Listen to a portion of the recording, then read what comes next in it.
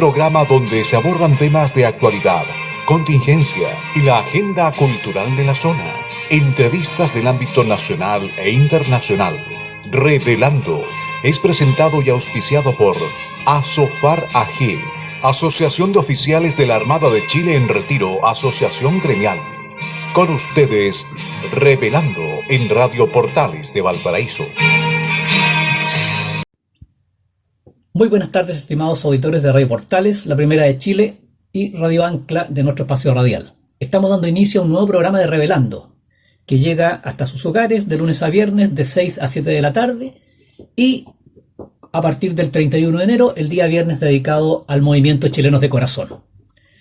En primer término, agradecemos a Radio Portales, que nos abre sus señales en el dial de 89.5 FM y 840 kHz en AM. También agradecemos a la Asociación de Oficiales de la Armada en Retiro, Asociación Gremial, ASOFAR AG, gracias a cuyo auspicio Revelando está diariamente junto a ustedes en esta casa radial. Y como les decía, los viernes dedicados al movimiento Chilenos de Corazón.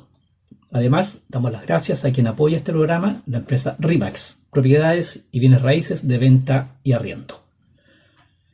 Como ya se ha hecho habitual, y este ya es el tercer viernes, y respetando el llamado al aislamiento social, el presente programa está siendo efectuado desde mi domicilio particular en Viña del Mar. La grave pandemia que nos está golpeando nos obliga a ser responsables y a cumplir con las recomendaciones y disposiciones de las autoridades en beneficio de todos. Por lo mismo, les recuerdo que nos estamos transmitiendo en vivo a través de Facebook Live. Soy Mario Mateluna Morales, me acompaña como de costumbre nuestro radiocontrolador, Marco Leblanc Manríquez, quien hace posible que este programa salga al aire. Y como de costumbre, damos las gracias a nuestros amigos radiocontroladores de Radio Portales, Luis Salinas y Marcelo Cabezas. George Washington, el primer presidente y uno de los padres fundadores de los Estados Unidos, dijo: las armas de fuego son las segundas en importancia, tan solo después de la Constitución. Ellas son los dientes de la libertad de la gente. Recientemente se acordó aplazar para el 25 de octubre la fecha del plebiscito de entrada del proceso constituyente, iniciado a fines del año pasado, producto del llamado Acuerdo por la Paz Social y una nueva Constitución. Manteniendo vigente este proceso que no solo es absolutamente innecesario, sino que además tiene serias deficiencias en su diseño, que nos hace temer que nada bueno resultará de él si en octubre se aprueba la idea de cambiar la actual Constitución. Solo a modo de ejemplo, quiero mencionar dos. Que la discusión de la nueva Constitución se realice a partir de una hoja en blanco, desconociendo toda una historia y experiencia constitucional que la actual Constitución, la que recogió la tradición constitucional chilena, contenía las constituciones de 1833 y de 1925, además de sus 40 años de vigencia, con todas las modificaciones que se le han realizado. Y la segunda, que el plazo que se ha dado para la redacción de una nueva Constitución es de 9 meses, prorrogable en 3, o sea, un total de 12 meses para escribir una Constitución a partir de una hoja en blanco, y además por un grupo de constituyentes elegidos por sufragio popular, sin que tengamos la más mínima seguridad de la idoneidad de estos constituyentes. Bueno, para hablar de este tema, hemos contactado a nuestro abogado del grupo de charlas constitucionales, don Daniel de la Hoz Cerda, quien ha accedido gentilmente a acompañarnos a través del teléfono para conocer algunos antecedentes desconocidos de la actual Constitución. A ver, quiero dejar muy en claro de principio lo siguiente. Cuando hablo de la actual Constitución, me refiero a la Constitución de 2005, que tiene la firma del presidente Ricardo Lagos. Pero lo que queremos es ir un poco más atrás, a la base de esa Constitución del 2005, que es la Constitución de 1980. Bueno, para hablar de este tema, de cómo se redactó y quiénes redactaron esta Constitución inicial básica de 1980, la cual se han hecho, nos va a recordar nuestro invitado, o nuestro entrevistado, mejor dicho, se le efectuaron múltiples modificaciones múltiples cambios, es que nos acompaña entonces don Daniel de la Hoz Cerda. Don Daniel, ¿está ahí en línea? Sí, lo estoy escuchando, Mario. Muy buenos días. Gusto de estarte por estas entrevistas que en realidad harto apoyan y ilustran, digamos, a la audiencia.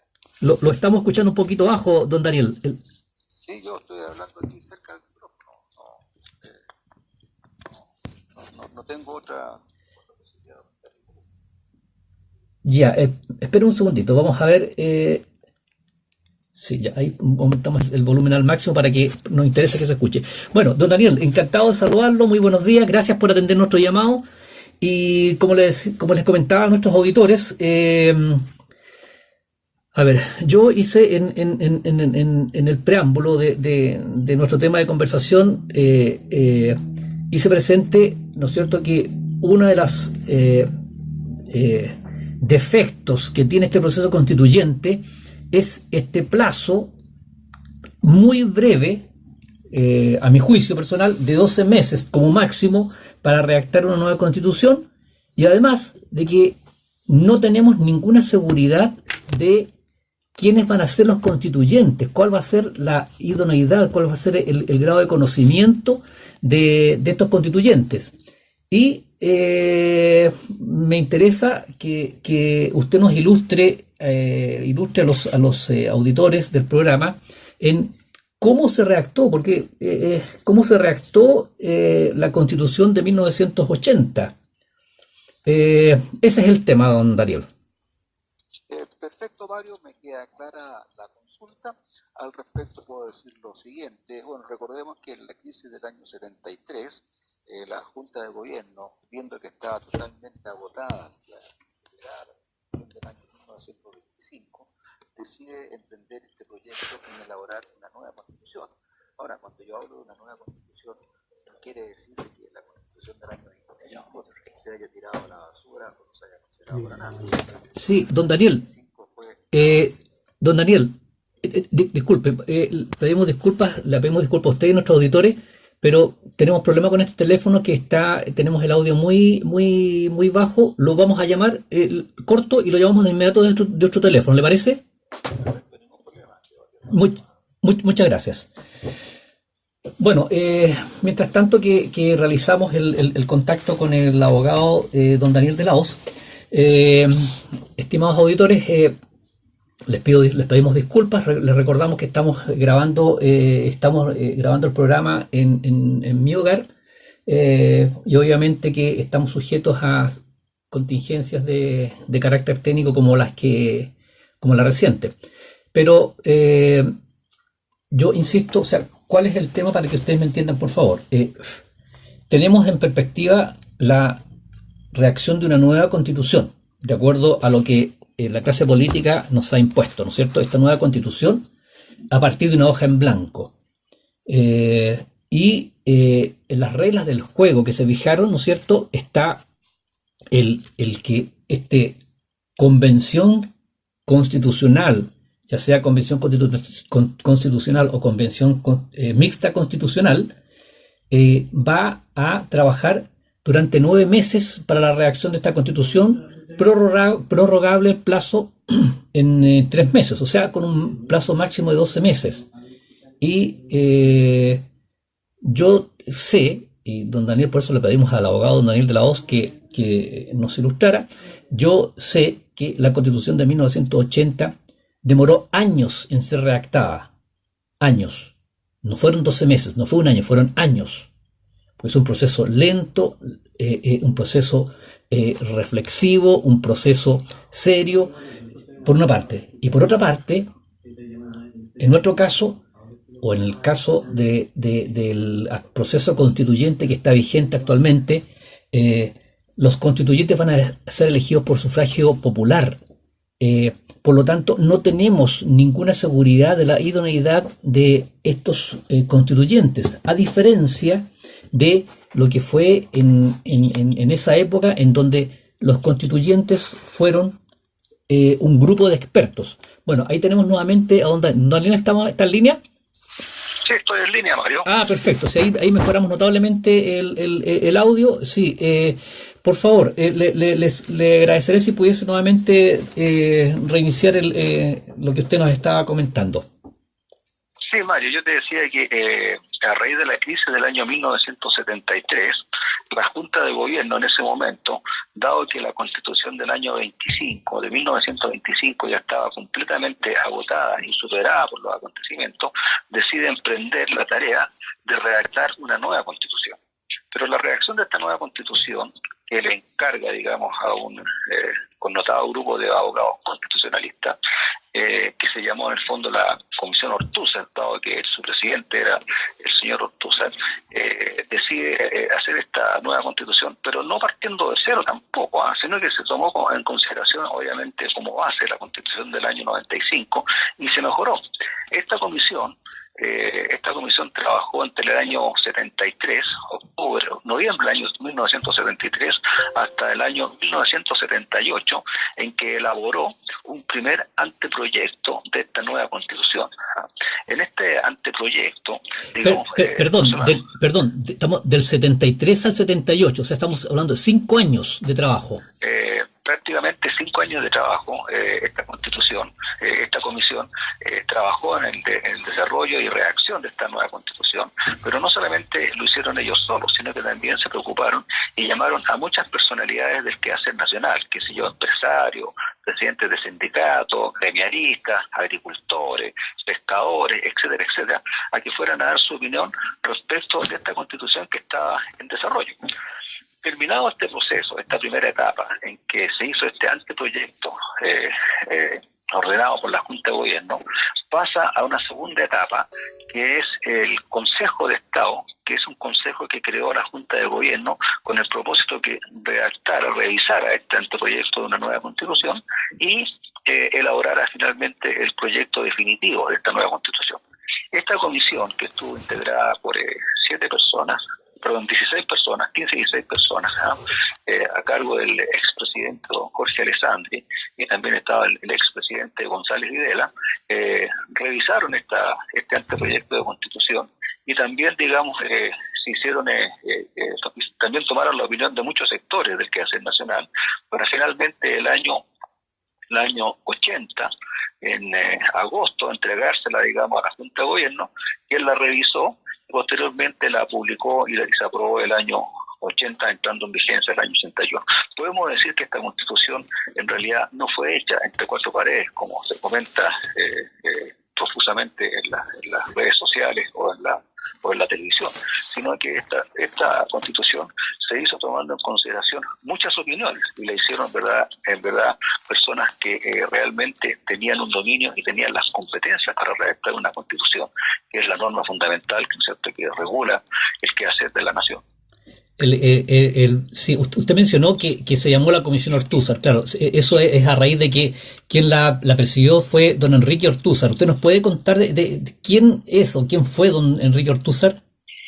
Bueno, don Enrique Ortúzar fue un destacado constitucionalista, profesor, digamos, también de Derecho Constitucional, escribió varios libros respecto del tema y fue una persona connotada en el área del derecho constitucional durante toda su vida, digamos, jurídica, así que era una persona que tenía una experiencia tremenda respecto de lo que es una constitución y cómo se redacta una constitución y qué es una constitución, porque si uno le pregunta al común de la gente en estos tiempos qué es una constitución, y usted haga la prueba, Mario, nadie sabe qué es una constitución. Mucha gente ni siquiera sabía que existía una constitución, ¿no? Y más aún, cuando usted le pregunta por qué quiere aprobar una nueva constitución, ¿qué le cambiaría a la nueva constitución? A la constitución? Y nadie sabe, ¿no? Entonces, a eso podemos decir que hay una ignorancia tremenda.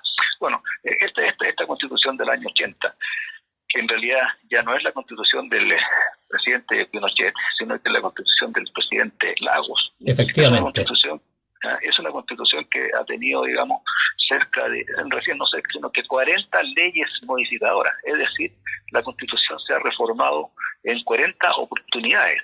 De los 30 años de vida democrática que lleva el país, el Congreso, en democracia, ha ocupado 22 años en dictar leyes para modificar la Constitución, y lo ha hecho en plena democracia. Entonces, el año 2005, cuando el presidente Lagos firma esta nueva Constitución, podemos decir que es una Constitución hecha en plena democracia, en plena representación de la ciudadanía por los parlamentarios.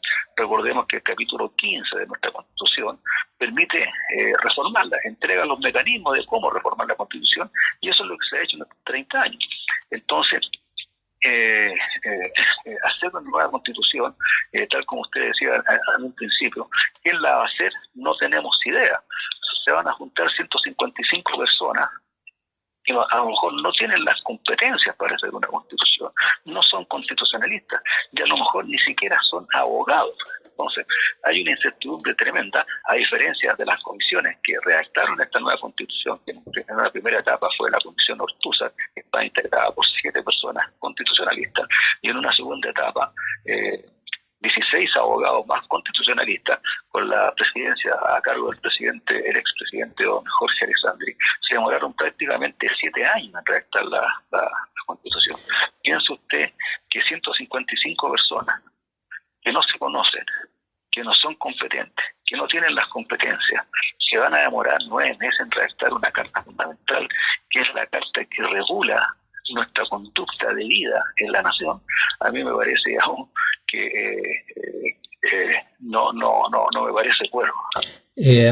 Justamente, don Daniel, era lo que yo le mencionaba y era la introducción que hice a su entrevista.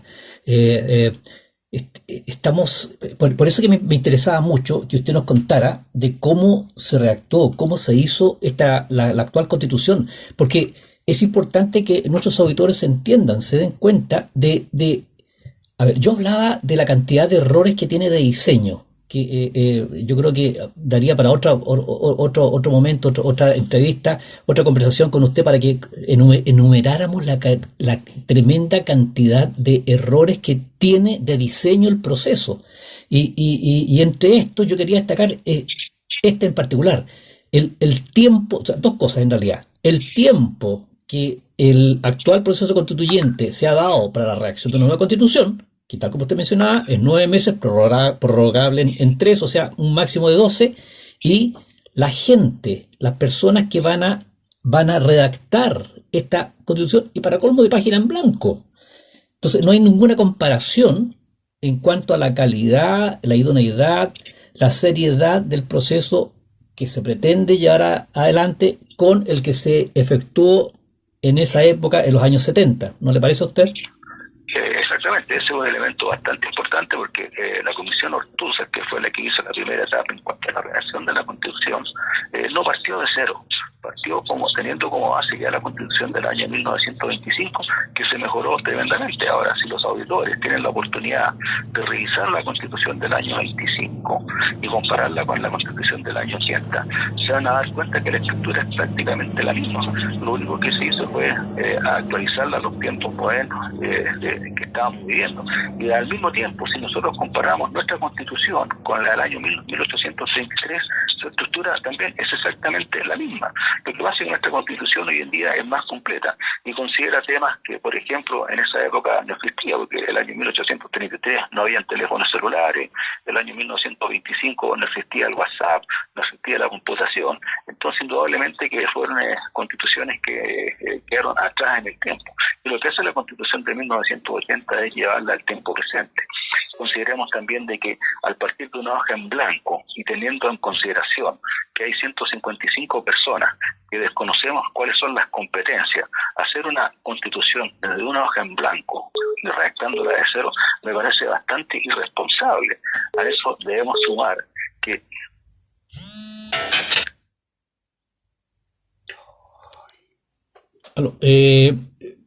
estimados auditores, les pedimos disculpas, se nos cortó la comunicación. Vamos a retomar la comunicación con nuestro abogado Daniel de la Hoz y volvemos con la entrevista. Les insisto en pedirles disculpas por estos inconvenientes de carácter técnico que se dan por el hecho de que estamos realizando el programa en condiciones que no son las condiciones normales desde el punto de vista técnico. Bueno, Daniel nos estaba relatando, ¿no es cierto?, cómo se redactó la Constitución y lo que yo les mencionaba, lo que yo mencionaba inicialmente cuando hablaba de que la actual Constitución recogió la tradición constitucional chilena contenida en las constituciones de 1833 y la de 1925. Y a eso, además, hay que agregarle los 40 años de vigencia. Ahí tenemos nuevamente a Daniel, está en línea nuevamente. Sí, estoy en línea, Mario. Sí, bueno, les comentaba yo a nuestros auditores que desgraciadamente las condiciones para llevar a efecto nuestro programa no son las normales, por lo tanto estamos sujetos a algunas complicaciones de carácter técnico. Por favor, adelante. Bueno, entonces, hacer una constitución de la manera que está prevista por la clase política es una irresponsabilidad tremenda, porque el número ideal de personas para ponerse de acuerdo es uno. Ya cuando son dos personas, ya hay posibilidad de conflicto. Ahora usted piense, 155 personas que no se conocen, que no tienen las competencias, no sabemos quiénes son. Imagínense ponerse de acuerdo para redactar una constitución desde una hoja en blanco en que está perentoriamente dispuesto de que no se debe considerar la constitución vigente, la de 1980. Yo creo que es una irresponsabilidad tremenda de la clase política de llevar al país a una situación como esta, más todo el gasto de recursos que ello implica. Entonces yo creo que no le veo, digamos, no veo algo cuerdo en lo que está tratando de hacer la clase política. Además que no hay ninguna necesidad de cambiar la Constitución, porque nadie ha dicho qué tiene de malo la Constitución. Digamos, todas las cosas que se han reformado y se han reformado en plena democracia. Entonces no me hace razón esta necesidad imperiosa de dictar y redactar una nueva Constitución. Bueno, Daniel, nos está pillando el tiempo para el término del primer bloque de nuestro programa. Yo le agradezco mucho el contacto, la paciencia, le pido disculpas también por las interrupciones, pero me interesaba mucho hacer énfasis en este aspecto que no se ha conversado, porque hemos hablado, ¿no es cierto?, de la inconveniencia de cambiar la actual Constitución, tal como usted mencionaba. O sea, a ver, pero ¿qué es lo que tiene de malo la actual Constitución? Que nadie ha sido capaz de especificar, excepto el señor Girardi, ¿no es cierto?, el que dispara, digamos, ¿cómo se llama?, eslóganes. Pero bueno, me interesaba hacer hincapié en que el proceso, dentro de todos los errores que yo mencionaba, que me gustaría que conversáramos en otra oportunidad, de todos los errores que tiene el diseño del proceso, está de que no tenemos ninguna seguridad de la competencia de la gente que va a participar en su redacción, y por otro lado, el tiempo es absolutamente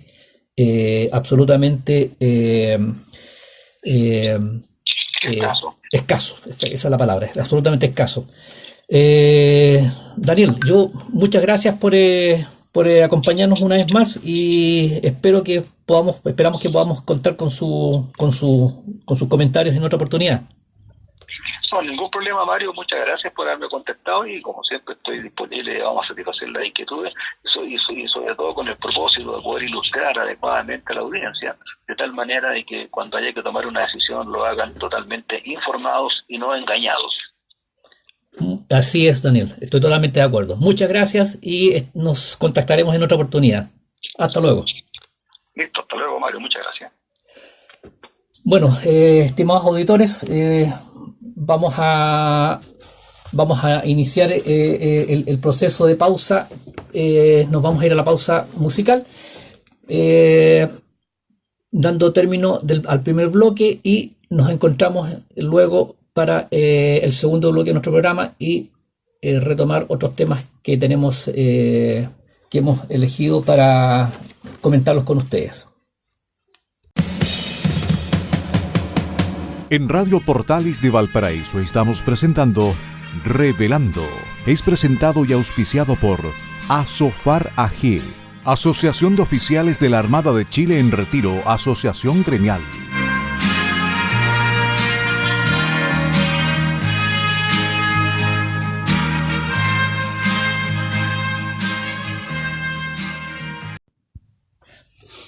Estimados amigos, iniciamos entonces el segundo bloque de nuestro programa y vamos a comenzar recordándoles cuáles son nuestras redes sociales en las cuales nos pueden ubicar y seguirnos. Desde ya les hago, por favor, les hago la solicitud de ¿cómo se llama? De que nos sigan en las redes sociales.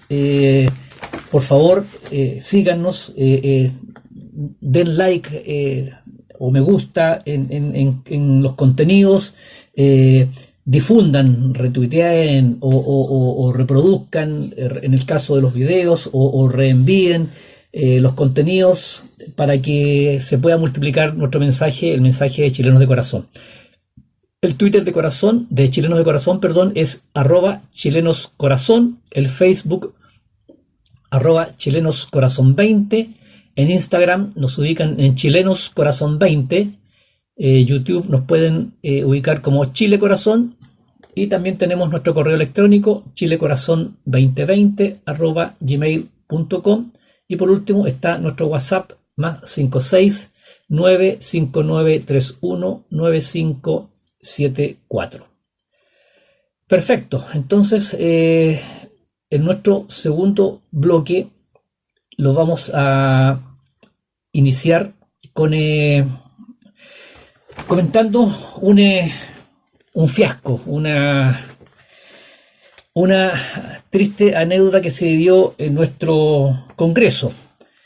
El 24 de marzo pasado, por 110 votos, con 110 votos a favor y una abstención, la sala de la Cámara de Diputados aprobó el proyecto que modificaba la ley de rentas municipales con el objeto de que se pudiese prorrogar la obtención o renovación del permiso de circulación vehicular.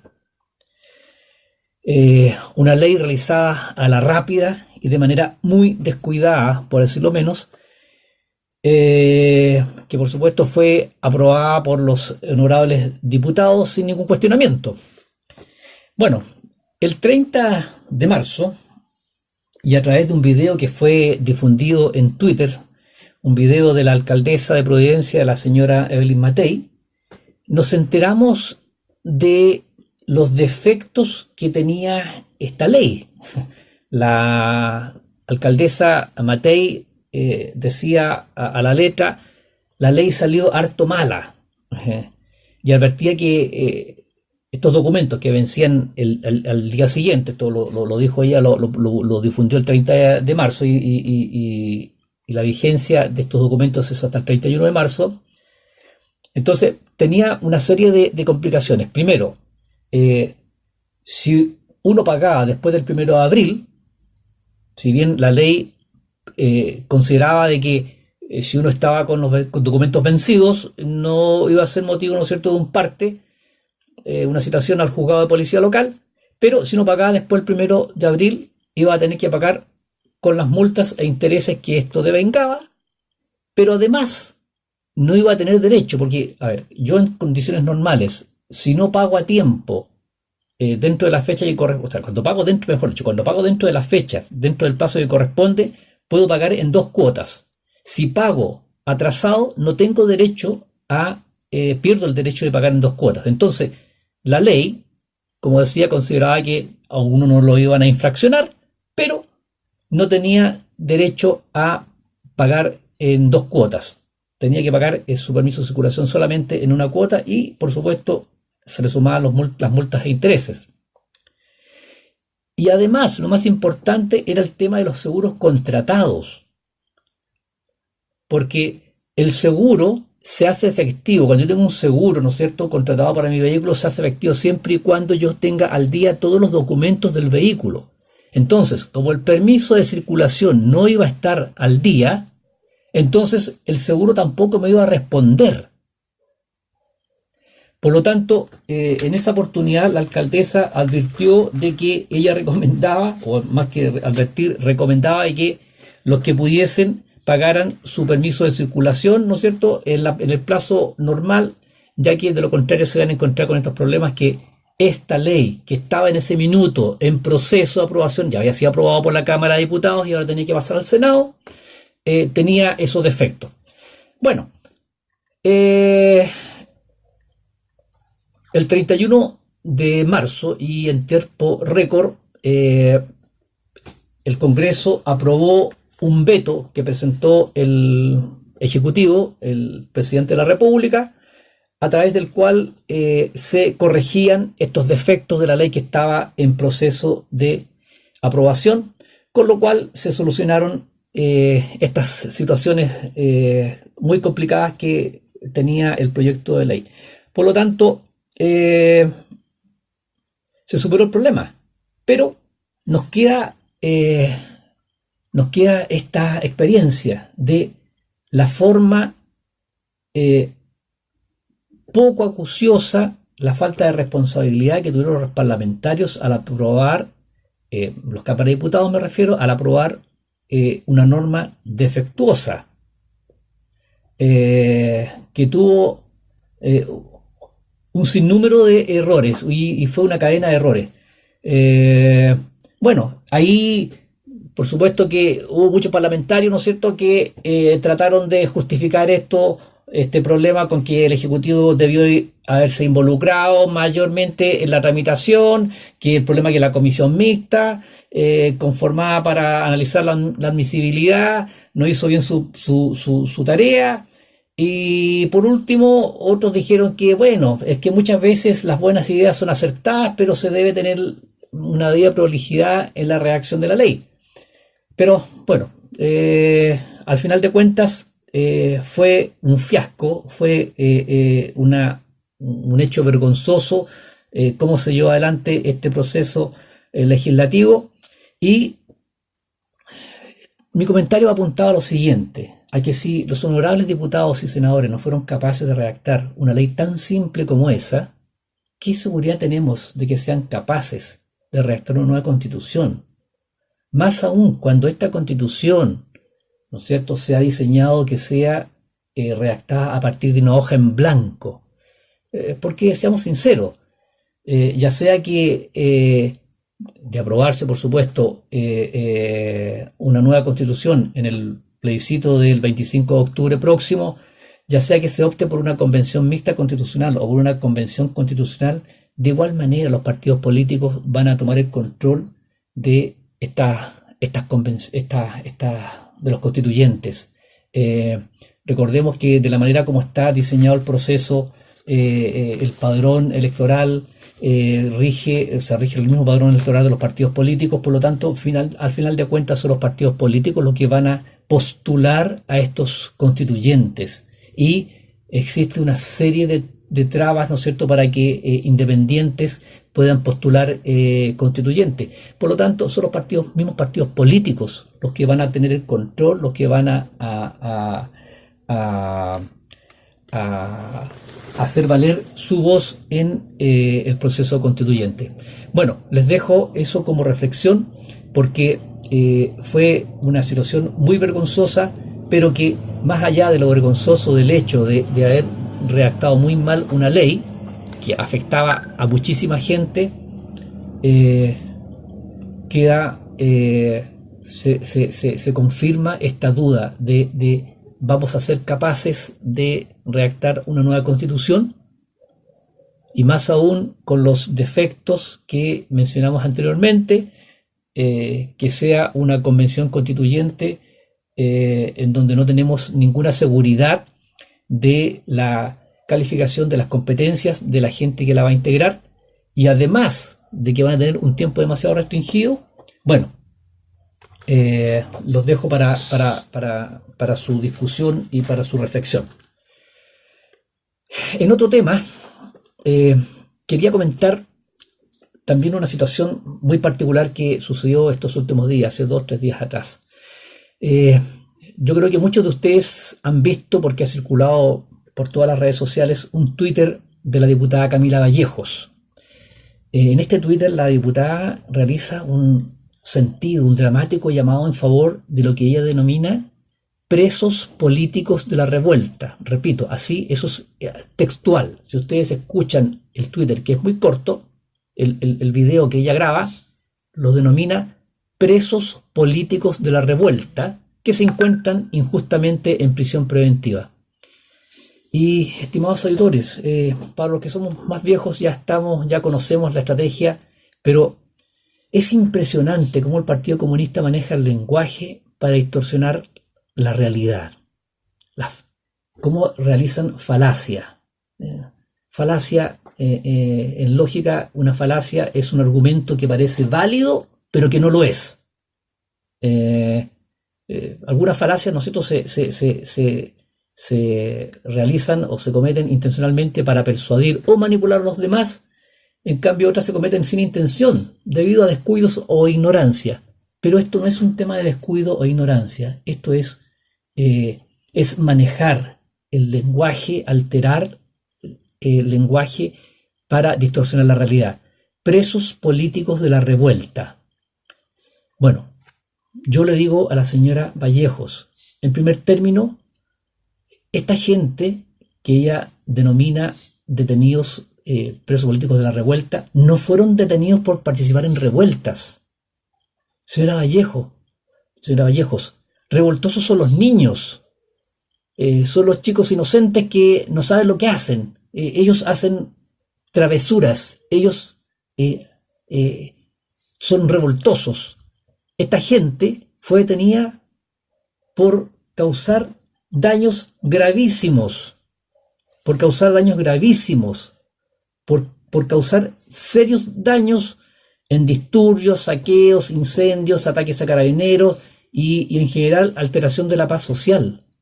Entonces, eso no es revueltas, eso no son revueltas, eso es actos delincuenciales, actos delictuales, no son revueltas.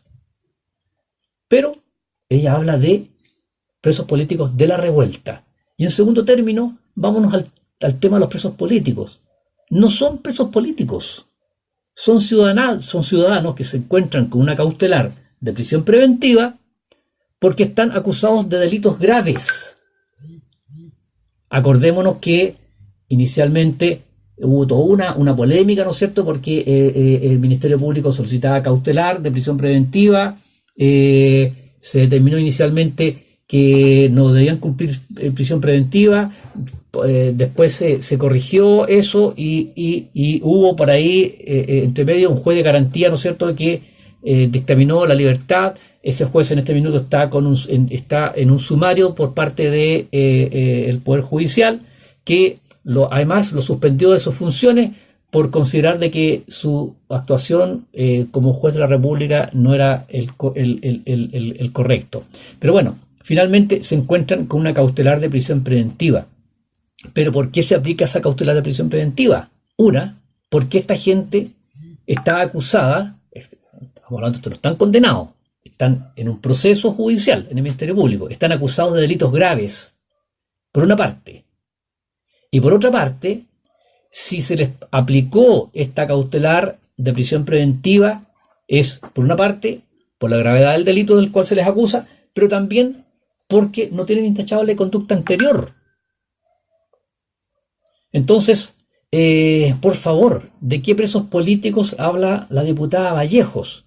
Entonces, quería mencionar esto porque yo probablemente algunos no lo sepan o algunos lo habrán escuchado como comentario al paso. Quería relatarles detalladamente qué fue lo que sucedió y qué es lo que la diputada está solicitando en ese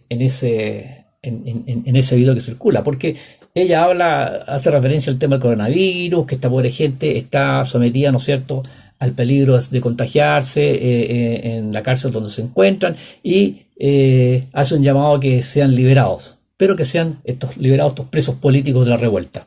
Bueno, ese es un tema aparte que también les quería mencionar. Otro tema que en realidad tenía pensado mencionarlo, conversarlo con ustedes en el programa anterior, y que no tuve tiempo de hacerlo. Quise dejarlo para este programa porque me parece muy importante.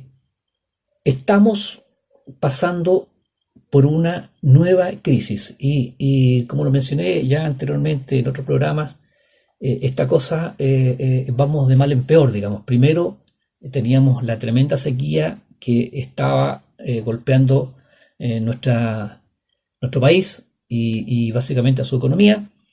Después tuvimos esta crisis social, estallido delincuencial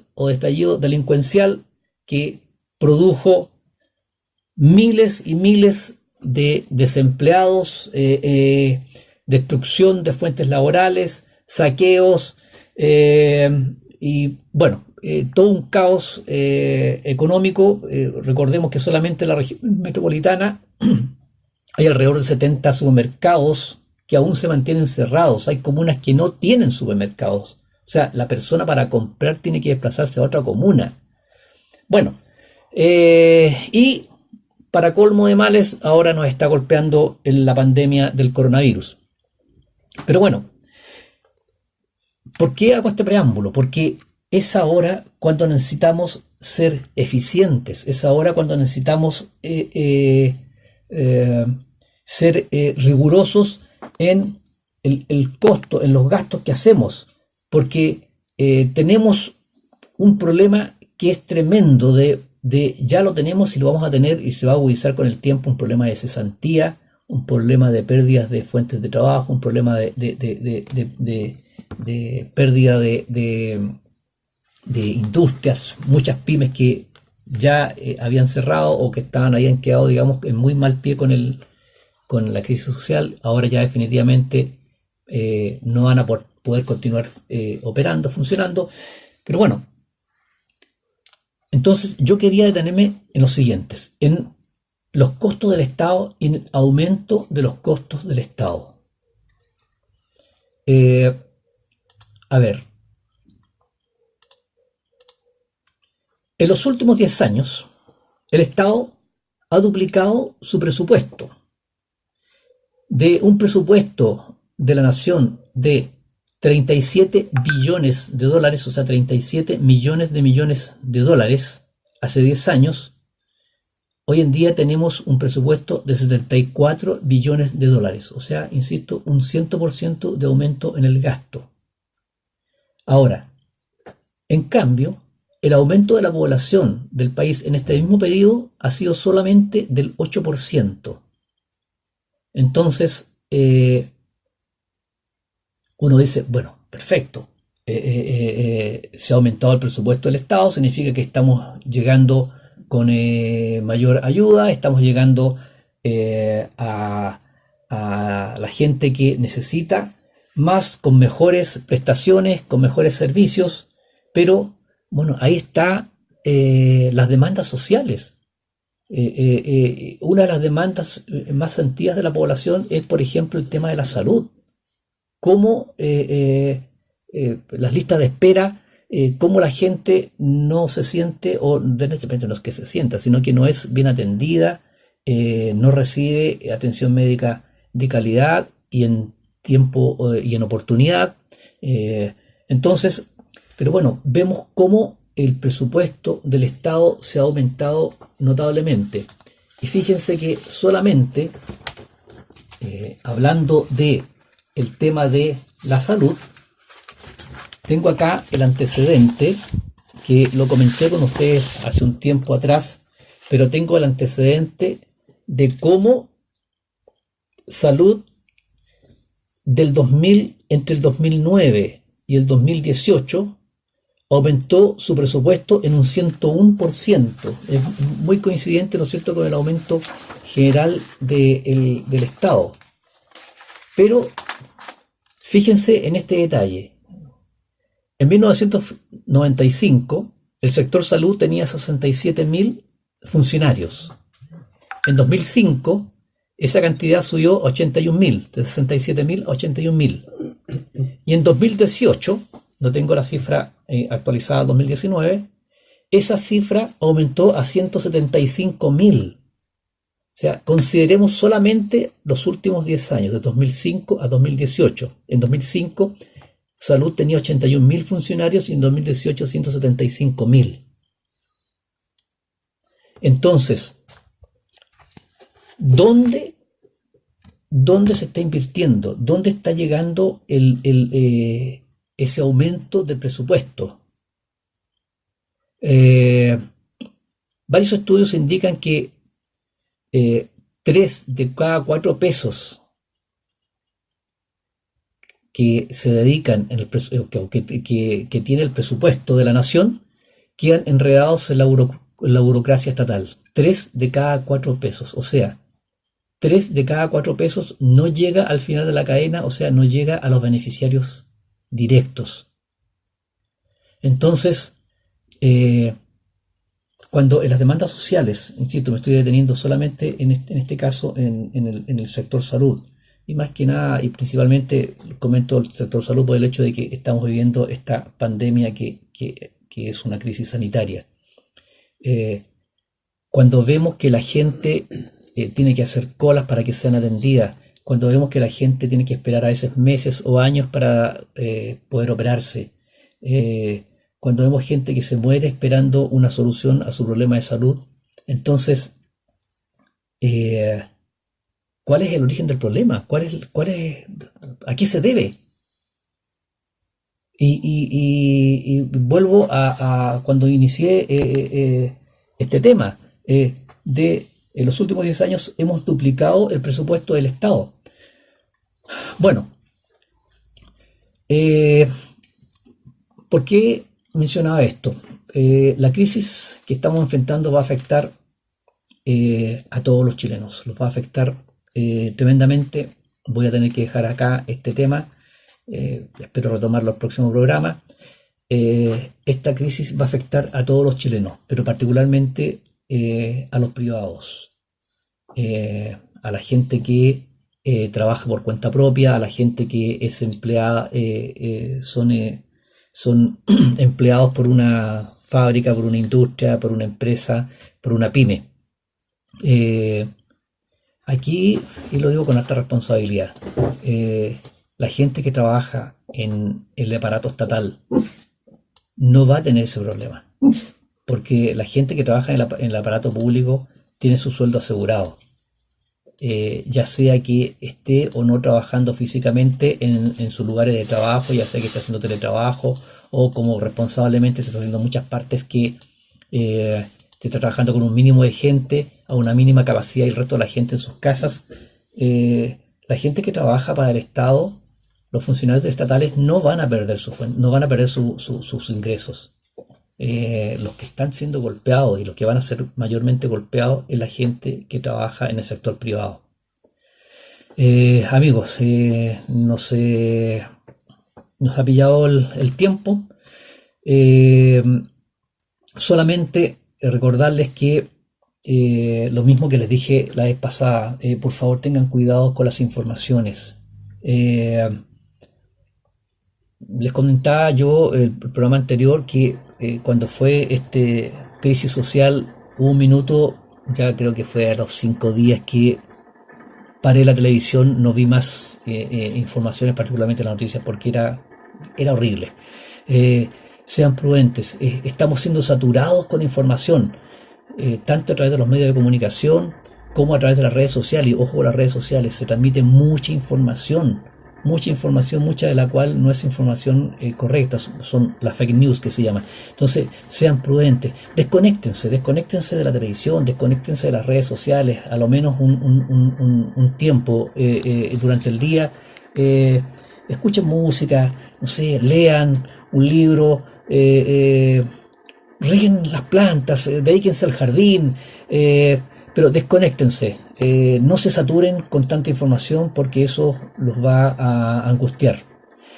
Bueno, por último, rendir un sentido homenaje a todos quienes están cumpliendo con sus labores en la calle o en sus lugares de trabajo y que no pueden mantener el aislamiento social. Gracias a ellos tenemos seguridad, podemos abastecernos de alimentos y bienes de consumo, tenemos servicios básicos, nos informamos y podemos realizar una serie de trámites legales y administrativos gracias a los cuales nuestro país no podría continuar funcionando con relativa normalidad. Dios los bendiga a todos ellos y los proteja.